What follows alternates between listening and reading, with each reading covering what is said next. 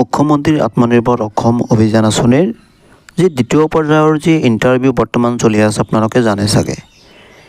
এই ইণ্টাৰভিউ যিহেতু অসমৰ প্ৰতিখন জিলাতে যিহেতু এই ইণ্টাৰভিউসমূহ হৈ আছে, তাৰে মোৰ এজন ফ্ৰেণ্ডে যিহেতু এই ইণ্টাৰভিউটো সমাপ্ত কৰিলে আৰু তেখেতৰ ইণ্টাৰভিউৰ যি সাক্ষাৎকাৰ মানে কেনেদৰে একচুৱেলি হৈছিলে সেই সকলো কথাখিনি আপোনালোকৰ দাঙি ধৰিম, আপোনালোকে নিশ্চয় জানিব পাৰিব। চাই থাকক।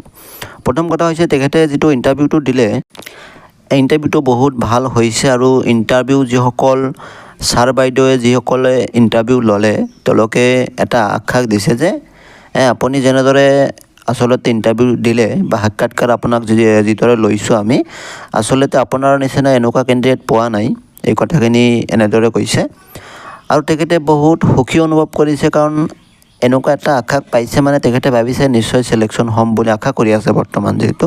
তো এইকাৰণে আৰু বিশেষ তেনেকুৱা কুৱেশ্যন সোধা নাছিলে আৰু কেইটামান জিকে ধৰণৰ কুৱেশ্যন সুধিছিলে, যেনেদৰে সুধিছিলে আপোনাৰ জিলাখনৰ ডিচিজনৰ নাম কি, বৰ্তমান অসমৰ DGP মহোদয়ৰ নাম কি, আৰু বৰ্তমান যিটো ৰাজ্যপাল, অসম চৰকাৰৰ যি ৰাজ্যপালজনৰ নাম কি, এইখিনি সুধিছিলে।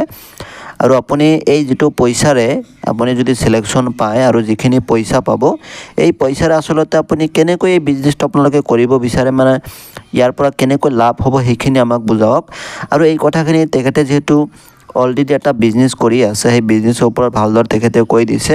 আৰু তেখেতৰ এই যিটো ধাৰণা, মানে যেনেদৰে তেখেতে পৰিকল্পনা কৰিছে, পৰিকল্পনা বহুত ভাল হৈছে, যাৰ কাৰণে এই যি ছাৰ বাইদেউসকলে ইণ্টাৰভিউটো ল'লে তেওঁলোকে এটা ভাল আশ্বাস দিছে। আৰু আপোনালোকে নিশ্চয় ইণ্টাৰভিউ যিসকলে দি আছে বৰ্তমানলৈকে যিহেতু ইণ্টাৰভিউ হৈ আছে, আপোনালোকে ইণ্টাৰভিউটো ভালদৰে দিব।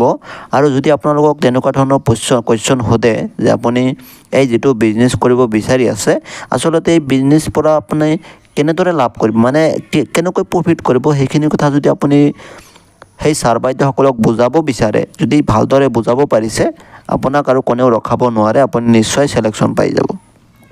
সেইকাৰণে বাকী কুৱেশ্যনৰ কথা একো নাই, যিহেতু মানে কুৱেশ্যন মানে কি ক'ম আৰু, কুৱেশ্যন মানে আপুনি এটা কুৱেশ্যনৰ আনচাৰ জানিব নোৱাৰে, মানে আপোনাৰ মনত নাথাকিব পাৰে, তেনেকুৱা কুৱেশ্যন আছে নিশ্চয়।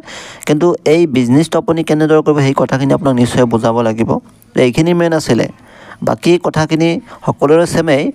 ধৰক 2-3টা 5টামান কুৱেশ্যন সুধিব আৰু বাকী এই আপোনাৰ প্ৰজেক্টৰ ওপৰতে কেইটামান কুৱেশ্যন সুধিব, এনেদৰে ঠিক এইদৰে চলি আছে বৰ্তমান যি ইণ্টাৰভিউ। সেইকাৰণে আপোনাক ইণ্টাৰভিউটো ভালদৰে দিয়ক। ধন্যবাদ।